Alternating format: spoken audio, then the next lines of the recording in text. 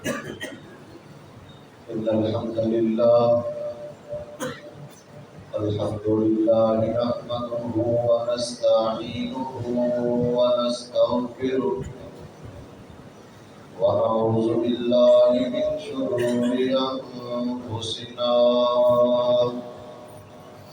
ومن سيئات أعمالنا من يهده الله فلا مضل له ومن يضلله فلا هادي له وأشهد أن لا إله إلا الله وحده لا شريك له وأشهد أن محمدا عبده ورسوله أما بعد فإن خير الحديث كتاب الله وخير الهدي هدي محمد صلى الله عليه وسلم وشر الأمور محدثاتها وكل محدثة بدعة وكل بدعة ضلالة وكل ضلالة في النار.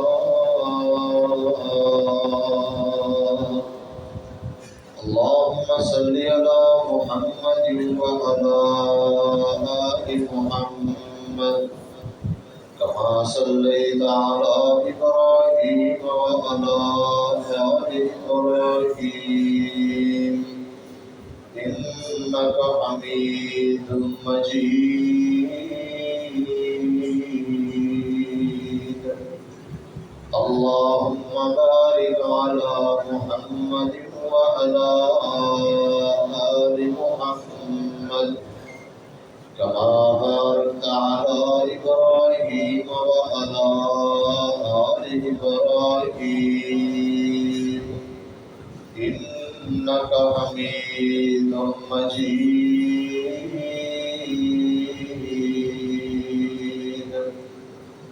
قال الله تبارك وتعالى: أعوذ بالله السميع العليم من الشيطان الرجيم. بسم الله الرحمن الرحيم. والذين آمنوا وعملوا الصالحات وآمنوا بما نزل على محمد وهو الحق من ربهم كفر عنهم سيئاتهم وأصلح بالهم. رب اشرح لي صدري ويسر لي أمري واحلل عقدة من لساني يفقهوا قولي. رب زدني علما رب زدني فهما. سبحانك لا علم لنا إلا ما علمتنا إنك أنت العليم الحكيم.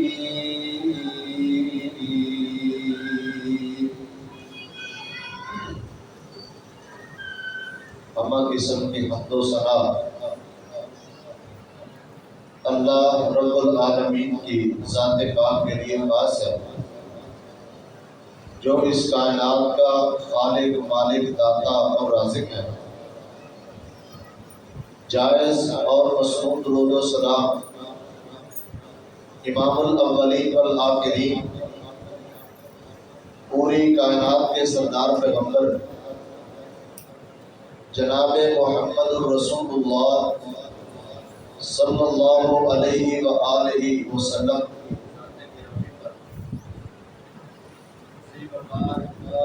سامعین و سامعات،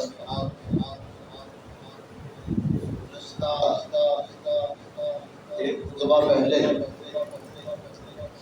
حج کے متعلقہ چند ابتدائی گزارشات آپ کے سامنے رکھی تھی۔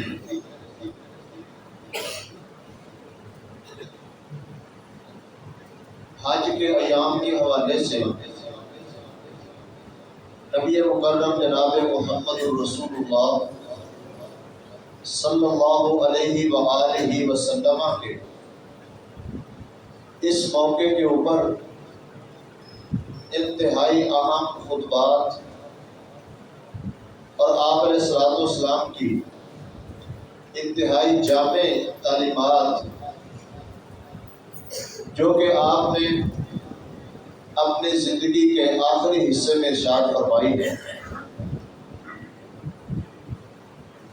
نبی علیہ الصلوۃ والسلام نے حجۃ الوداع کے موقع پر جگہ جگہ پر صحابہ کرام کو چند خطبے دیے ہیں۔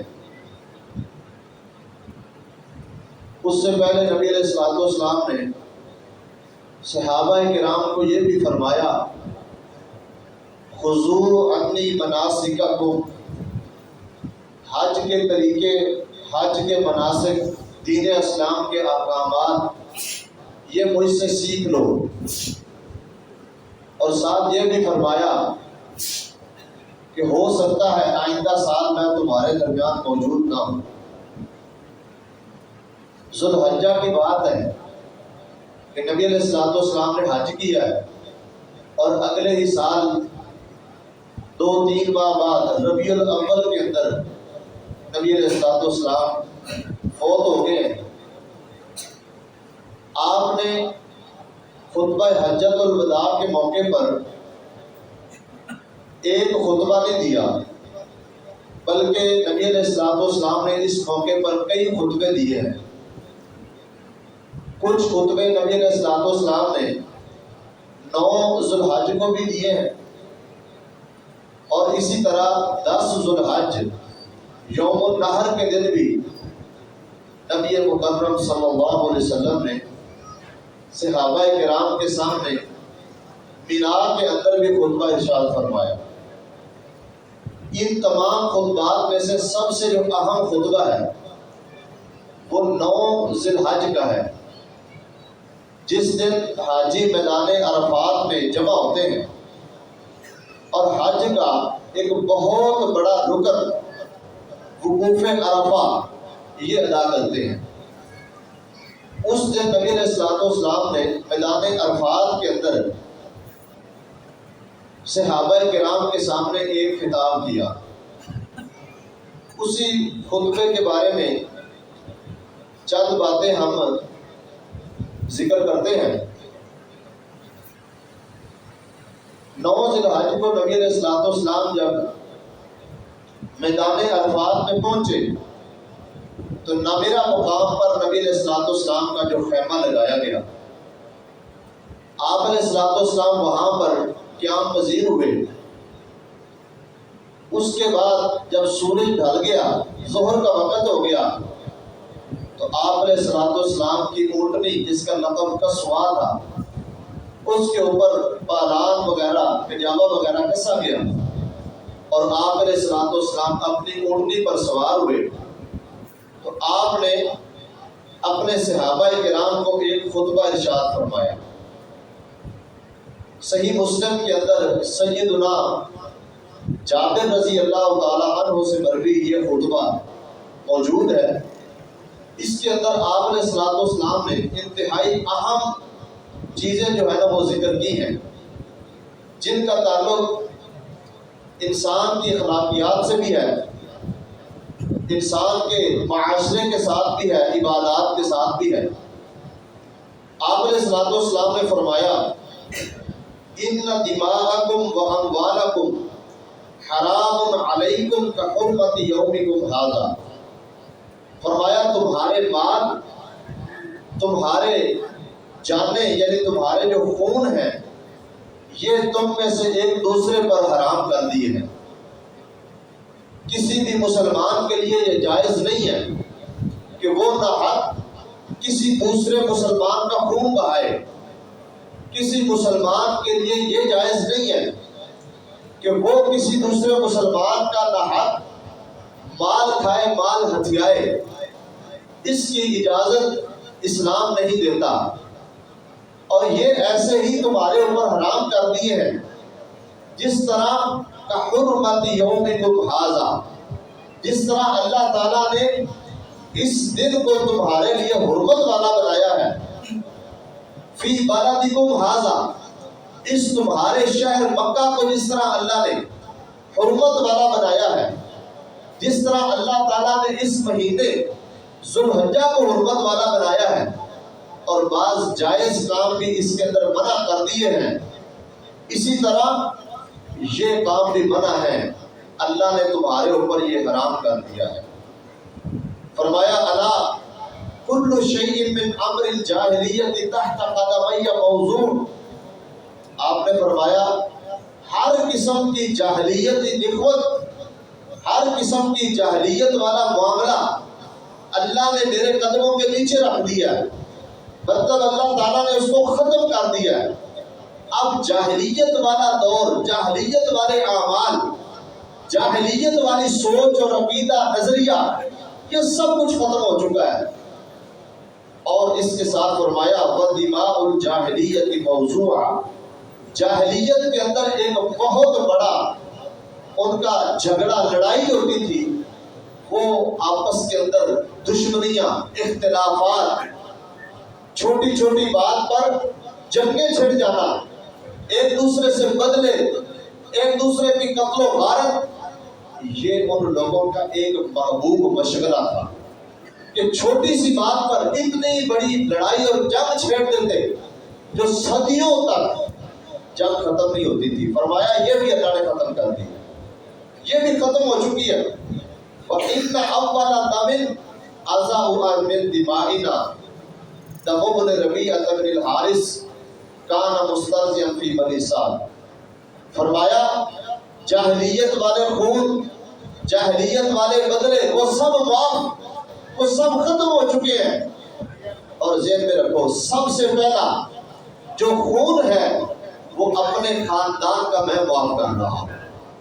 نبی علیہ الصلوۃ والسلام نے سب سے پہلے اپنے خاندان کا خون معاف کیا۔ نبی علیہ الصلوۃ والسلام کے خاندان کا ایک شخص ابن ربیعہ بن حارث جو بنو سعد قبیلے کے اندر ابھی بچپن میں تھا، تو اس کو جو ہے نا رزیل قبیلے والوں نے قتل کر دیا۔ آپ نے فرمایا اس کا خون بھی میں معاف کر رہا ہوں، وہ بدلہ بھی نہیں لینا، وہ بھی معاف۔ جاہلیت کے اندر جو کچھ ہو چکا ہے سب معاف، سب ختم ہو چکا ہے۔ اور فرمایا وَرِبَ الْجَاهِلِيَّةِ مَوْضُوع، جاہلیت کا سود یہ بھی ختم ہو چکا ہے۔ اور سب سے پہلے میں جو عباس رضی اللہ عنہ کا جاہلیت والا جو سود تھا اس کو میں محمد ختم کر رہا ہوں، اپنے خاندان کا سود جو ہے وہ ختم کر رہا ہوں۔ فَإِنَّهُ مَوْضُوعٌ كُلُّهُ، وہ سارے کا سارا ختم ہو چکا ہے۔ اسی طرح آپ نے فرمایا فَاتَّقُوا اللَّهَ فِي النِّسَاءِ، عورتوں کے معاملے میں اللہ سے ڈرو، عورتوں کے معاملات کے بارے میں اللہ کا ڈر، اللہ کا خوف اپنے دلوں میں رکھو۔ فَإِنَّكُمْ أَخَذْتُمُوهُنَّ بِأَمَانِ اللَّهِ، وہ تمہارے پاس اللہ کی امانت ہے، وہ اللہ کا دیا ہوا ایک تحفہ اور امانت ہے، ان کے بارے میں اللہ تعالیٰ سے ڈرو۔ وَاسْتَحْلَلْتُمْ فُرُوجَهُنَّ بِكَلِمَةِ اللَّهِ، اور تم نے اسلام کے نام پر ان کے ساتھ نکاح کر رکھے ہیں، ان کے ساتھ شادیاں کی ہوئی ہیں اور وہ تمہارے لیے حلال ہیں۔ اس والے سے اپنی بیویوں کے بارے میں اللہ سے ڈر جاؤ، ان کے حقوق ادا کرو۔ وَلَكُمْ عَلَيْهِنَّ، تمہارے لیے ان عورتوں پر یہ لازم ہے۔ عورتوں کو بھی ساتھ ساتھ مخاطب ہو کے فرمایا کہ عورتیں اپنے خاوند کے بستر پر کسی غیر مرد کو نہ آنے دیں، مطلب کوئی بد کردار عورت اور اسی طرح بد کرداری والا معاملہ کوئی عورت اپنے خاوند کے ساتھ نہ کرے۔ کوئی بھی عورت وہ کسی غیر مرد کے ساتھ، غیر محرم کے ساتھ اس طرح کا کوئی معاملہ نہ کرے جو اس کے لیے اسلام نے ناجائز قرار دیا ہے، اور اگر وہ کر لے تو اسلام نے اس کی حد بتائی ہے۔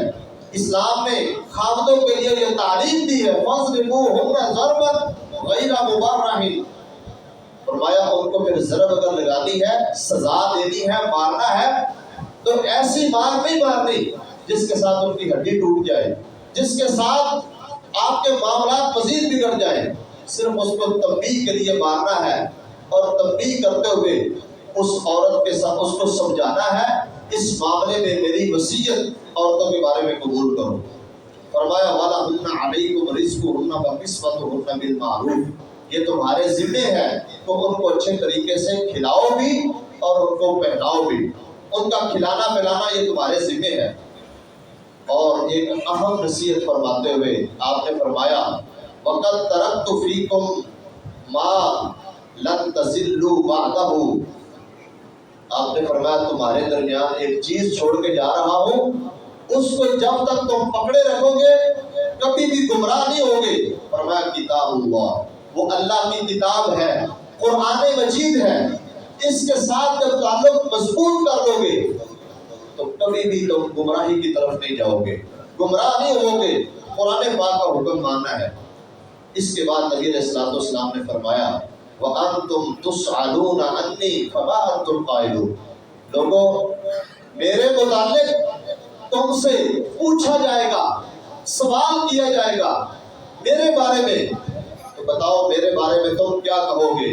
صحابہ کرام فرماتے ہیں نشہد انک قد بلغت وادیت ونصحت، ہم اس بات کی دل و جان سے گواہی دیتے ہیں کہ آپ نے تبلیغ کر دی ہے، جو اسلام کے احکام اللہ نے آپ کے ذمہ لگائے تھے وہ آپ نے امانت دیانت داری کے ساتھ اپنی امت تک مکمل طور پر پہنچا دی ہے۔ وَأَدَّيْتَ، یہ فریضہ آپ نے ادا کر دیا ہے۔ وَنَصَحْتَ، آپ نے ہر قسم کی خیر خواہی کر دی ہے۔ نبی علیہ السلام نے جب صحابہ کرام کا یہ جذبہ دیکھا تو آپ نے اپنی انگلی آسمان کی طرف کرتے ہوئے فرمایا اللہم اشہد، اے اللہ گواہ ہو جا، اللہم اشہد اللہم اشہد، 3 مرتبہ نبی علیہ السلام نے فرمایا اے اللہ تو گواہ ہو جا، میرے حق میں ان لوگوں کی گواہی کو لکھ لے کہ میں نے جو وہ فریضہ جو تو نے میرے ذمہ لگایا تھا آج میں نے مکمل طور پر من جس طرح تو نے میری ذمہ داری اور ڈیوٹی لگائی تھی آج میں نے وہ مکمل اپنی امت کے سپرد کر دیا ہے اور میں نے مکمل پہنچا دیا ہے، اللہ اس پر تو گواہ ہو جا۔ یہ آپ نے خطبہ بڑا بلیغ جامع اور معنی خطبہ نبی علیہ السلام نے میدان عرفات کے اندر اپنے صحابہ کرام کے سامنے بیان کیا۔ اس خطبہ کے اندر نبی علیہ السلام نے 10 باتیں ارشاد فرمائی ہیں، وہی 10 باتیں میں آپ کے سامنے رکھتا ہوں۔ 10 باتیں نبی علیہ السلام نے اپنے صحابہ کرام کو اپنی امت کو سکھلائی ہیں۔ ان میں سب سے پہلی بات ہے خون مسلم کی حرمت۔ ایک مسلمان خون کی حرمت کیا ہے؟ اللہ نے ایک مسلمان کا مقام و مرتبہ کیا بنایا ہے؟ ایک مسلمان مرد جس نے اسلام کو قبول کر لیا، جو اسلام کا نام لینے والا ہے، ایماندار بندہ ہے، مسلمان ہے، اسلام اس کو کتنا تحفظ دیتا ہے، اس کو کتنا احترام دیتا ہے۔ نبی علیہ السلام نے فرمایا حرمت والے شہر، حرمت والے مہینے اور حرمت والے دن کی طرح اللہ نے مسلمان کے خون کو بھی حرمت والا بنایا ہے۔ کسی مسلمان کا خون بہانا یہ جائز نہیں ہے، اور جو بندہ کسی مسلمان کا ناجائز خون بہاتا ہے اس کو قتل کر دیتا ہے، اس کے لیے کیا سزا ہے؟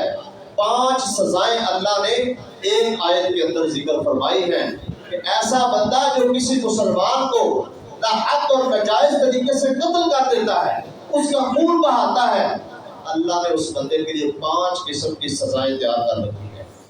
5 قسم کی سزائیں اس بندے کے لیے ہیں۔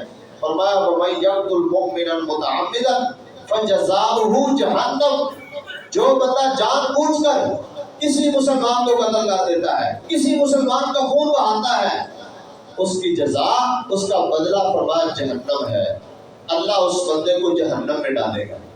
دوسرے نمبر پر خالدن فیہا، جہنم میں ہمیشہ ہمیش کے لیے وہ رہے گا۔ تیسرے نمبر پر وغضب اللہ علیہ، اللہ اس پر ناراض ہوگا، اللہ کا غضب اس بندے پر نازل ہوگا۔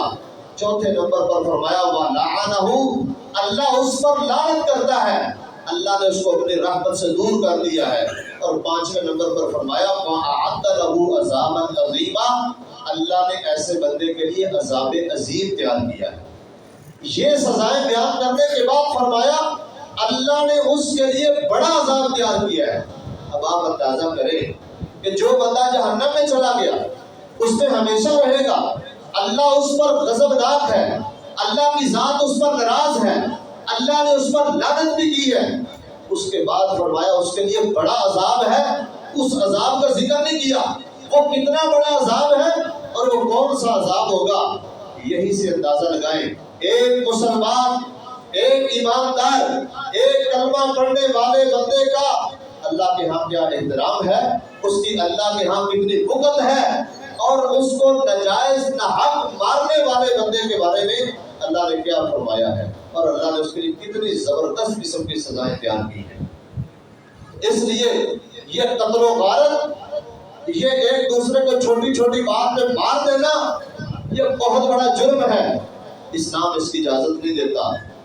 نبی مکرم صلی اللہ علیہ وسلم نے فرمایا کسی بھی مسلمان کو قتل نہیں کیا جا سکتا، ہاں کوئی بھی مسلمان بندہ ہے اس کو اس کا خون بہانے کی 3 صورتوں میں اجازت ہے۔ 3 طرح کے بندے کو مارا جا سکتا ہے، قتل کیا جا سکتا ہے۔ ایک بندہ الثیب الزانی، شادی شدہ بندہ اگر زنا کر لیتا ہے اس کو مارنا، اس کو قتل کرنا، اس کو رجم کرنا جائز ہے، اس کی اسلام نے اجازت دی ہے۔ دوسرا بندہ والنفس بالنفس، فرمایا کہ ایک بندہ نہ حق کسی مسلمان کو، کسی دوسرے کو قتل کر دیتا ہے تو اس کے بدلے میں اس قاتل کا خون بہانا اسلام نے جائز قرار دیا ہے، جس کو ہم قصاص بولتے ہیں۔ قصاص لینا اس کی اجازت اسلام نے دی ہے۔ اور تیسرے نمبر پر التارک لدینہ المفارق للجماعہ، جو بندہ دین اسلام کو، دین اسلام کی جماعت سے جدا ہو جاتا ہے، دین کو چھوڑ دیتا ہے، مرتد ہو جاتا ہے، دین اسلام کو قبول کرنے کے بعد پھر دین اسلام سے پھر گیا، مرتد ہو گیا۔ اسلام کے اندر ان 3 طرح کے لوگوں کا خون بہانا جائز ہے، اس کے سوا کسی مسلمان کو قتل کرنا جائز نہیں ہے، حرام ہے، کبیرہ گناہ ہے، اور انتہائی سخت اللہ کے ہاں اس کی سزا ہے۔ کسی مسلمان کو قتل کرنا اللہ کے ہاں اس کا کتنا بڑا جرم ہے اور یہ کتنا بھاری معاملہ ہے۔ نبی علیہ السلام نے فرمایا لزوال الدنیا احون علی اللہ من قتل مؤمن بغیر حق، فرمایا کہ ایک مسلمان جو اس کو ناحق قتل کرنا، اس کا جرم اللہ کے ہاں اتنا بڑا ہے، پوری کی پوری دنیا ختم ہو جائے، پوری کی پوری دنیا تباہ و برباد ہو جائے، اللہ کو اس کی کوئی پرواہ نہیں ہے۔ یہ معاملہ اللہ کے ہاں اتنا بھاری نہیں ہے جتنا بھاری معاملہ ایک مسلمان کے خون کو بہانا ہے، ایک مسلمان کو ناجائز طریقے سے قتل کر دینا ہے، یہ اللہ کے ہاں بہت بڑا جرم ہے۔ اسی طرح نبی علیہ السلام نے فرمایا جو بندے کسی مسلمان کو قتل کر دیتے ہیں اور اگر بالفرض کسی مسلمان کا خون بہانے میں، قتل کرنے میں، لو ان اہل السماء والارض اشترکوا فی دم مؤمن فاکبهم اللہ فی النار، فرمایا اگر اہل آسمان، اہل زمین، ساری کی ساری کائنات ایک مسلمان، ایک مسلم کے خون میں شامل ہو جائے، اس کو قتل کر دے، سارے مل کر اس کو مار دے، اللہ ان سارے لوگوں کو اس ایک جان کے بدلے میں جہنم کے اندر پھینک دے۔ اتنی حرمت ہے، اس قدر زیادہ احترام ہے ایک مسلمان بندے کا اللہ کے یہاں۔ آج آپ سروے کر کے دیکھ لیں معاشرے کا، ہمارے ملک کا، پوری دنیا میں کتنی قتل و غارت ہے، کتنی زیادہ شرح ہے روزانہ کی بنیاد کی قتل کی، کتنے لوگوں کو ناجائز مقدمات میں پھنسا کر مار دیتے ہیں، قتل کروا دیتے ہیں، ان کو پھانسی کے پھندے پر چڑھا دیا جاتا ہے، ان کو ناحق قتل کر دیا جاتا ہے۔ اس کا جواب کون دے گا؟ وہ کتنے بدبخت لوگ ہیں جو ان قتل و غارت کے معاملات میں شریک ہوتے ہیں اور اس بارے میں وہ جج، وہ وکیل، وہ مقدمہ دائر کرنے والے، وہ سارے لوگ اس کے اندر شریک ہوتے ہیں. جو ایک مسلمان کو ناجائز اس کا خون جو بہایا جاتا ہے، یہ سب لوگ اللہ کے ہاں مجرم ہیں. ہاں وہ کتنا بڑا انسان ہے، اللہ کے ہاں اس کی کوئی قدر و قیمت نہیں ہے، اس کی کوئی حکم نہیں ہے جس بندے نے ایک مسلمان کے خون کو بہایا. نبی علیہ السلام نے فرمایا سب سے پہلے قیامت والے دن خونوں کے بارے میں فیصلہ کیا جائے گا، خونوں کا حساب و کتاب لیا جائے گا، قصاص والے معاملات کو دیکھا جائے گا. عبادات کے اندر سب سے پہلے نماز کا حساب ہوگا، اور معاملات کے اندر سب سے پہلے خونوں کا حساب کتاب ہوگا. اتنے ایسے لوگ ہیں جنہوں نے پتہ نہیں کتنے قتل کر دیے لوگوں، تو سب سے پہلے قیامت والے دن یہ حساب و کتاب دینا پڑے گا. اور جو بندہ کسی مسلمان کا خون بہاتا ہے، نبی علیہ السلام نے فرمایا من لقی اللہ لا یشرک بہ شیئا ولم یتندى بدم حرام دخل الجنہ. وہ بندہ جس نے اسلام قبول کیا، کلمہ پڑھا، اللہ کے ساتھ شرک نہیں کیا، اور کسی مسلمان کا ناجائز خون نہیں بہایا، جب یہ فوت ہوگا داخل الجنہ، اللہ اس کو جنت عطا کرے گا، جنت میں داخل ہو جائے گا. ایک طرف قتل کرنا جہنم میں جانے کا سبب، دوسری طرف قتل سے بچنا یہ جنت میں داخلے کا سبب ہے. اس لیے ایک مسلمان کی حرمت، ایک مسلمان کا جو خون ہے، اس کی بہت زیادہ قیمت ہے. تو آج کتنے لوگ ہمارے ہیں جو ناجائز مقدمات میں مار دیے جاتے ہیں، پھنسے ہوئے ہیں. ایک مسلمان کی حرمت سیدنا عمر رضی اللہ تعالیٰ عنہ نے کعبے کو مخاطب ہو کر فرما دیا کہ اس مسلمان کی حرمت کعبے سے بھی زیادہ ہے، بیت اللہ سے بھی اللہ کے ہاں زیادہ ہے. آج کچھ لوگ نا اینٹوں کو یا اینٹوں کے بنے ہوئے مجسموں کو توڑنے پر یا مارنے پر اس قدر سیر پا ہو جاتے ہیں کہ ان کا حساب و کتاب ہوتا ہے. کتنے مسلمان ہیں جو ہم نے اپنے ہاتھوں سے کافروں کے والے کیے ہوئے ہیں، کتنے ایسے ناجائز مقدمات میں ناجائز طریقے سے مسلمانوں کو ہم نے کافروں کی جھولیوں میں ڈال دیا ہے، ان کی جیلوں کے اندر وہ قید کاٹ رہے ہیں. آپ صرف ڈاکٹر عافیہ صدیقی کا معاملہ دیکھ لیں، وہ بیچاری پاکستانی خاتون ایک مسلمہ، ایک مخلص مسلمان عورت ہے، اس کو ایک بالکل ناجائز مقدمے کے اندر ہمارے ان بے شرم لوگوں نے، ان دربوک لوگوں نے وہ کافروں کے حوالے کیا ہوا، اور اس کے معاملے میں کوئی آواز اٹھانے کے لیے تیار نہیں.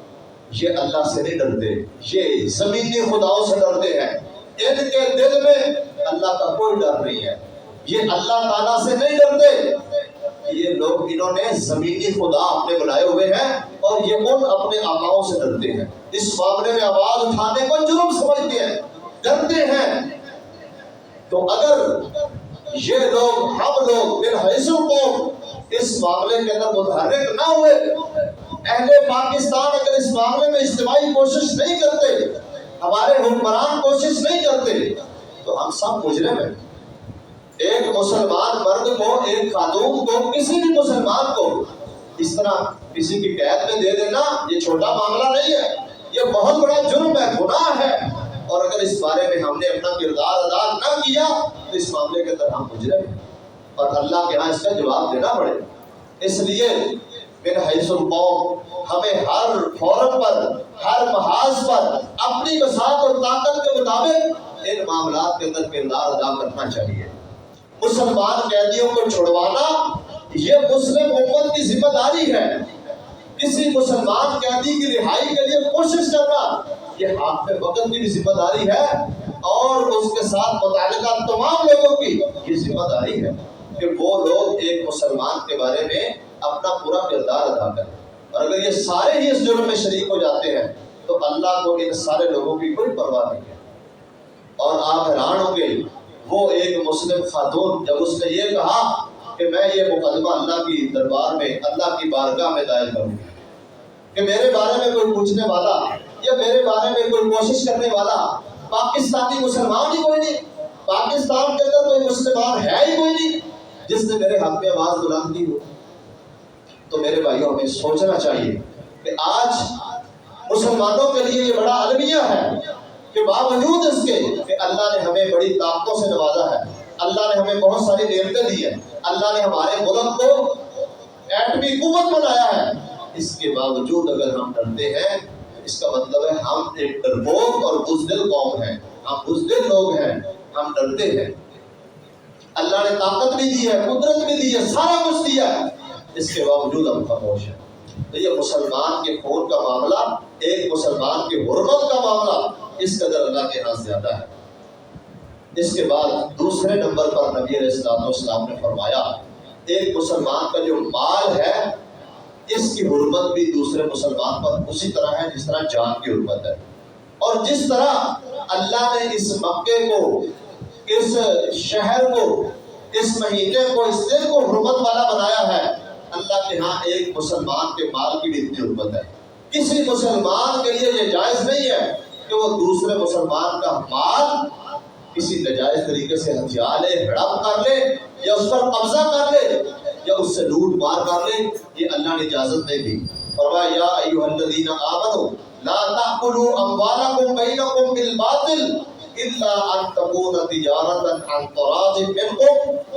فرمایا اے ایمان والو، تمہارے خون، تمہارے جو مال ہیں یہ تم میں سے ایک دوسرے پر حرام ہے، ناجائز اور باطل طریقے پر۔ ایک دوسرے کا مال و متاع نہ کھاؤ، ایک دوسرے کا مال ناجائز طریقے سے، حرام طریقے سے، باطل طریقے سے نہ کھاؤ۔ ہاں اللہ نے اجازت دی ہے، میں کسی دوسرے مسلمان کے مال کا اس وقت مالک بن سکتا ہوں جب وہ میں اس کے ساتھ کوئی تجارتی معاملہ کر لوں یا وہ مجھے اپنی مرضی سے ہبہ کر دے۔ یہ دو ہی صورتیں، کسی مسلمان کا مال اس وقت جائز ہوتا ہے جب آپ لین دین کر لیتے ہیں، اس سے مال خرید لیتے ہیں، یا وہ شخص اپنی مرضی سے آپ کو تحفہ ہبہ کر دیتا ہے، ہدیہ دے دیتا ہے، پھر جائز ہے۔ اس کے علاوہ کسی مسلمان کا مال جو ہے باطل طریقے سے، ناجائز طریقے سے ہتھیانا، لینا، اس کو استعمال کرنا، یہ ناجائز ہے، یہ حرام ہے، اللہ تعالیٰ نے اس کی اجازت نہیں دی۔ اور رشوت خوری کے بارے میں خاص طور پر اللہ رب العالمین نے کیا فرمایا؟ لا تأکلوا اموالکم بینکم بالباطل وتدلوا بها الی الحکام لتأکلوا فریقا من اموال الناس بالاثم۔ تم لوگ جو ہے نا ان معاملات کو، ان مالوں کو ہڑپ کرنے کے لیے، مال ہتھیانے کے لیے ان حکمرانوں کی طرف، حکام کی طرف ناجائز طریقے سے سفارشیں پیش کرتے ہو، رشوت دیتے ہو، اور سب رشوت کے ذریعے لوگوں کا مال ہتھیاتے ہو، گناہ کے ذریعے، گناہ کے ساتھ، ناجائز طریقے کے ساتھ لوگوں کا مال ہڑپ کر لیتے ہو، اور مقدمہ دائر کر کے ناجائز گواہ اس میں ڈال کر، جھوٹی گواہیاں دے کر، ججوں کو پیسے دے کر، یہ سارے معاملات رشوتیں دے کر کسی مسلمان کی زمین پر، اس کی جائیداد پر قبضہ کرنا حرام ہے۔ اللہ کے ہاں اس کا حساب دینا پڑے گا۔ اور یہ معاملہ ایسا ہے جس کا تعلق بھی حقوق العباد کے ساتھ ہے، اور حقوق العباد کچھ ایسے بھی ہیں جو صرف توبہ سے بھی معاف نہیں ہوتے، وہ اس وقت معاف ہوتے ہیں جب اس کا متعلقہ بندہ وہ معاف نہ کر دے، وگرنہ وہ شخص حق بجانب ہے کہ وہ اللہ کی بارگاہ میں، اللہ کے دربار میں اس شخص کے خلاف مقدمہ دائر کر۔ اس لیے آج کل آپ دیکھتے ہیں کس طرح دوسرے مسلمان کا مال ہڑپ کرنے کے لیے مسلمان ایک دوسرے کو کس طرح لوٹتے ہیں، قانونی طریقے بنائے ہوئے لوٹنے کے۔ ایک تو ہے نا چوری کر لینا، ڈاکہ مار لینا، رشوت لینا، اسی طرح جو ہے نا وہ کئی اور طریقے۔ آج کل قانونی طریقے سے مال ہتھیایا جا رہا ہے، لوگوں سے مال وصول کیا جا رہا ہے، کوئی کسی بات کے اندر، کوئی کسی بات کے اندر، یہ سب ناجائز طریقے ہیں۔ اللہ تعالیٰ نے ان کی اجازت نہیں دی، اور نہ ہماری شریعت ان کی اجازت دیتی ہے، بلکہ جو لوگ ایک دوسرے کا مال لیتے ہیں یا چوری کر لیتے ہیں ان کے بارے میں تو اللہ نے قرآن پاک میں یہ فیصلہ کیا ہے کہ السارق والسارقۃ فاقطعوا ایدیہما، ان کے ہاتھ کاٹ دو۔ جو کسی مسلمان کا مال چوری کرتا ہے، چپکے سے، ناجائز طریقے سے چھپ کر اٹھا لیتا ہے، اس کا ہاتھ کاٹ دو۔ اور ڈاکہ زنی کی سزا تو قتل ہے۔ نبی علیہ السلام نے چند لوگوں کی سزا بیان کرتے ہوئے فرمایا جو مسلمان کسی دوسرے مسلمان سے کم پوائنٹ پر مار لیتا ہے نا، ڈاکہ مار لیتا ہے، راہ زنی کرتا ہے، ایسے بندے کی سزا جو ہے نا وہ قتل ہے، اس بندے کو دنیا کے اندر رہنے کا بالکل حق نہیں ہے۔ اسی طرح جھوٹی قسمیں اٹھا کر لوگوں سے مال ہتھیانا، یہ بھی ناجائز طریقہ ہے، اس کی بھی اسلام نے اجازت نہیں دی۔ اسی طرح جوے کے ذریعے اور جو ہے نا وہ شرطیں لگا کر ناجائز، یہ سارے جو طریقہ کار ایک دوسرے مسلمان کے مال کو اپنے قبضے میں کرنے کے جتنے یہ طریقے ہیں، ان کو آپ جو بھی نام دے رہے ہیں، یہ سب ناجائز ہے، ان کی اسلام نے اجازت نہیں دی۔ اس لیے ہمیں ایک مسلمان کی عزت حرمت اس کا بھی خیال رکھنا چاہیے، ایک مسلمان کے مال کا بھی جو ہے نا خیال کرنا چاہیے، اور یہ انسان کی جان اور مال یہ اتنے عزیز ہیں۔ نبی مکرم صلی اللہ علیہ وسلم نے فرمایا من قتل دون مالہ فہو شہید، من قتل دون عرضہ فہو شہید۔ آپ نے فرمایا جو بندہ اپنی عزت اپنی جان کا دفاع کرتے ہوئے مارا جاتا ہے، قتل کر دیا جاتا ہے، فوت ہو جاتا ہے، اور وہ شہید، وہ شہید ہے۔ اور جو بندہ اپنے مال کی حفاظت کرتا ہوا مارا جاتا ہے وہ بھی شہید ہے۔ ڈاکو اس سے مال چھیننا چاہتے ہیں، وہ مزاحمت کرتا ہے۔ نبی علیہ الصلوۃ والسلام کے پاس ایک شخص آئے، دو بندے آئے، پوچھا اللہ کے نبی اگر ایک بندہ میرا مال لینا چاہے، مجھ سے مال چھیننا چاہے تو میں کیا کروں؟ آپ علیہ الصلوۃ والسلام نے فرمایا تو اپنا دفاع کر، اپنا دفاع کر۔ فرمایا اگر اس دفاع کے اندر میں اس کو قتل کر دوں تو پھر میری کیا سزا؟ آپ نے فرمایا تیری کوئی سزا نہیں ہے، تو نے اس کو دفاع میں مار دیا، وہ بندہ جہنم میں جائے گا، وہ بندہ مجرم ہے، تو اس سے کوئی پوچھ نہیں ہوگی۔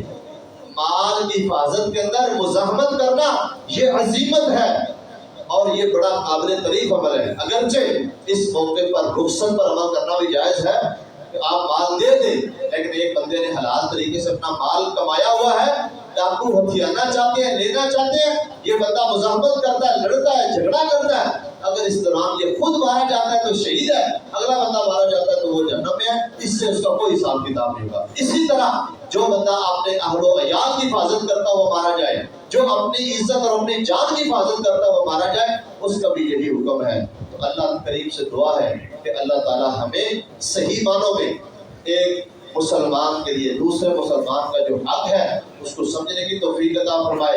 اللہ تعالیٰ ہمارے زبانوں سے، ہمارے ہاتھوں سے دوسرے مسلمانوں کی عزت، دوسرے مسلمانوں کا خون، دوسرے مسلمانوں کا مال اور ان کی ہر چیز اللہ تعالیٰ محفوظ فرمائے۔ اللہ ہمیں آپس کے اندر ایک دوسرے کے ساتھ خیر خواہی کرنے کی توفیق عطا فرمائے۔ وآخر دعوانا ان الحمد للہ رب العالمین۔